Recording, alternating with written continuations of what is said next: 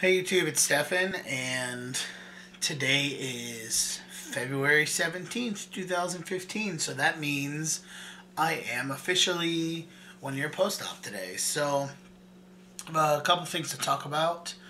Talk about chest first, I guess. Not really a whole lot has changed since, I guess, last month when I made an update, so I will. So yeah, there's my chest. It looks kind of the same as it has been for a while now. My incisions are slowly but surely getting lighter. I haven't really talked about feeling. I have a feeling everywhere, um, even on my nipples, but it's like, yeah, it's like under. I can feel like underneath them, I guess you could say. See what else. I think that's all I really have as far as chest wise. There's not a whole lot really going on, and nothing has really changed in a while with it. I will attempt to find excuse me, some photos to put in here.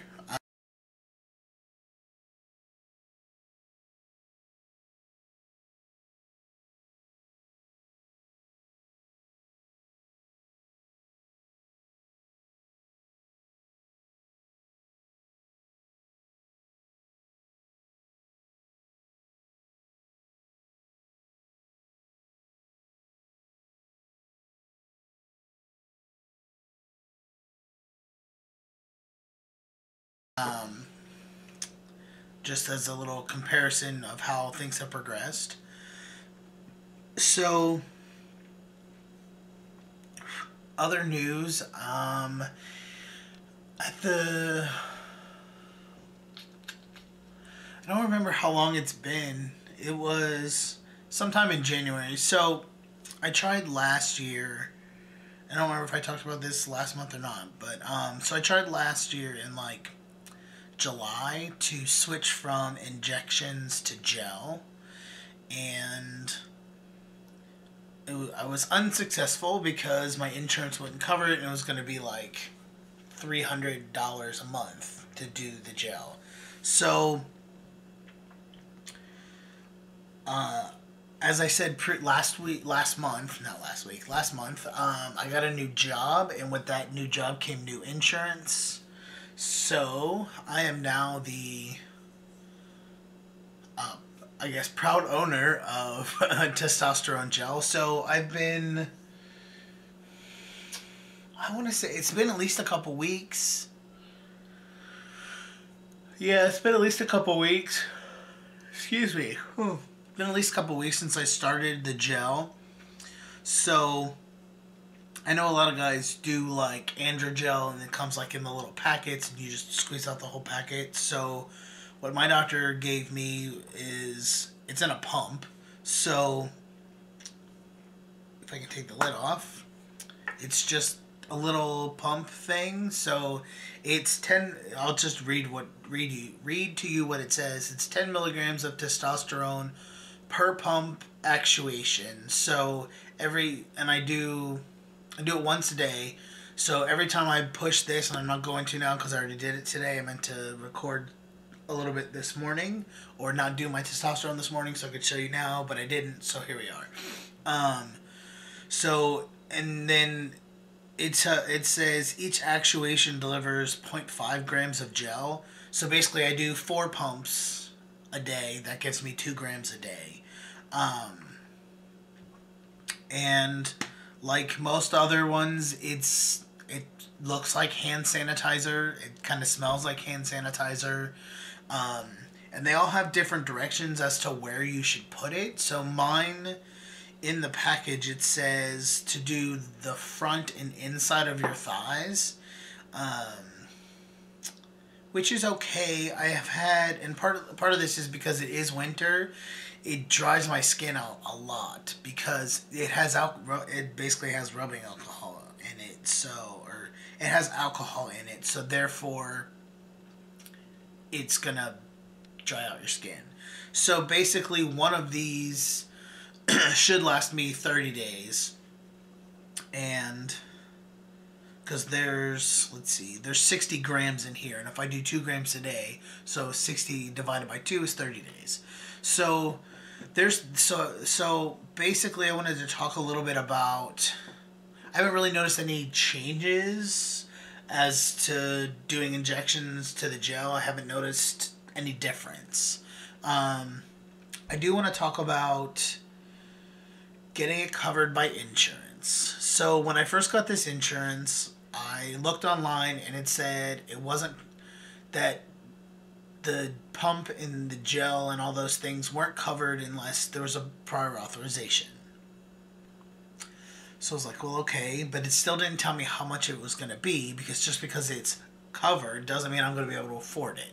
So what I did was I called my insurance company, my prescription insurance company, and asked how much it would be and what I needed to do to get it covered. So basically they said that doctor has to give a quote-unquote good enough reason for it to be covered. And I'm like, I'm not really sure what that means. My guess is they have to say it keeps your levels better than the injections do. So when I called, I asked what brand and stuff I needed my doctor to call in. They told me one thing. I told my doctor I needed a prior authorization, so he called and he wanted to know what was be covered. So I called again and asked the more specific questions. So basically I was told that I could get the generic testosterone gel, because if you see this, it just says testosterone gel. It's not Fortestim, it's not Androgel, it's not Axeron, it's not any of those. It's just the generic. So basically what I found out was that it had to be generic, and I had to do their mail order prescription service and get a 90-day supply in order for it to be covered. So, and then I was told that it would be like $40 for 90 days, which isn't bad. It's not great. For me, it was worth it, because even if I were to pay $40 every 90 days, I was having a lot of problems doing my injections because I've done them for so long, for 3 years now, and I tend to build a lot of scar tissue, so I was having problems injecting and it was hurting. Like every single time hurt, and it was just uncomfortable, and I wanted to switch. And I was also having, even though I have a reminder in my phone, or had a reminder in my phone, I was having trouble remembering doing my shots. So there would be times where it'd been 2 weeks since I'd done a shot. So I decided that to at least investigate the gel. So my doctor is awesome. I don't know what he told them, but basically, obviously he got it covered because I have it here in my hand and I've been using it for like 2 or 3 weeks now. But he basically gave them a good enough reason so that they cover it. But the best part is that they told me it was going to be $40 every 90 days. It's $10 every 90 days. So not only is it less of a hassle than doing injections, it's cheaper for me, because I was paying out of pocket for a 10 ml vial like we'll say $43 every 20 weeks, which really isn't bad, but this is awesome. So I really, the main reason I say this is because I want guys to like push to make sure things are covered. And if you talk to one person and they say no, just don't take their word for it, because the first time I called my insurance company, they're like, no, it's not covered. I'm like, okay.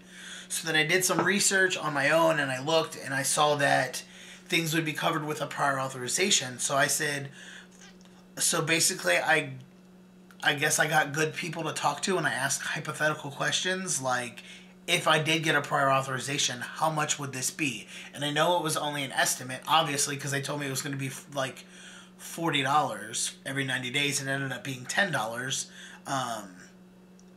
So yeah, I want to encourage folks to have that conversation with your insurance company and have your doctor call in different things, because previously last year when I tried to do this, my doctor, he gave me like 3 different prescriptions because I was like, honestly, I don't know which one is covered, because they told me that one of them was covered, and it was covered, but I had a high deductible plan, so it just cost me $300 until I met my deductible, and then it would have been like free after that, but that didn't really help me. So and I know not all doctors are willing to do stuff like that, but it's worth a conversation with your doctor to see what's the best option for you.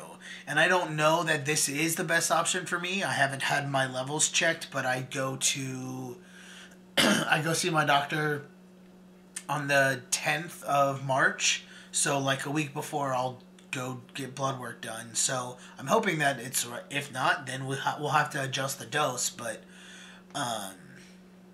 and I'm guessing that since I don't really feel any differences, that I'm guessing it's the right dose for me. So yeah, I just want folks to ask questions. It's because I understand that folks are afraid to ask questions, but the worst they can do if you ask questions is say no. Like, it doesn't hurt to ask the question, because the worst they'll do is say no. It's not like they're gonna do something bad to you. They're just gonna say no. And just because one person, especially if you are having a conversation with someone on the phone and they sound really confused, that's why I called back, because the first person I talked to, they sounded really confused and didn't give me that vote of confidence that they knew what they were talking about, and clearly they didn't, because I got it covered. So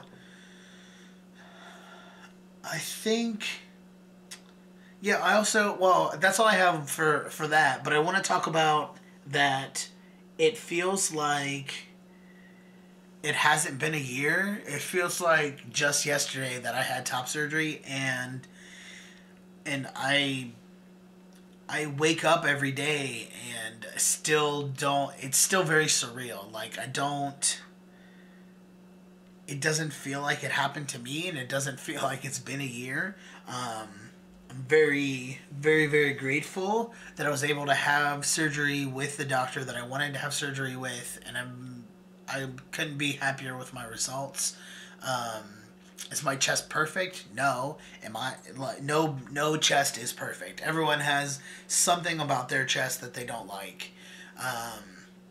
And a lot of mine has to do with I'm fat, so it just kind of is what it is at this point. And I might do something about it down the line, but right now I'm fine with the way my chest is. If anybody has any questions, let me know. If you have something you would like me to talk about, let me know. Like I said last month when I made a video, I'll probably, after this video, I'll probably do every 3 or 4 months, because there's not a whole lot going on. That's all I really have. I hope everyone is doing well. And I will see you guys next time. Peace.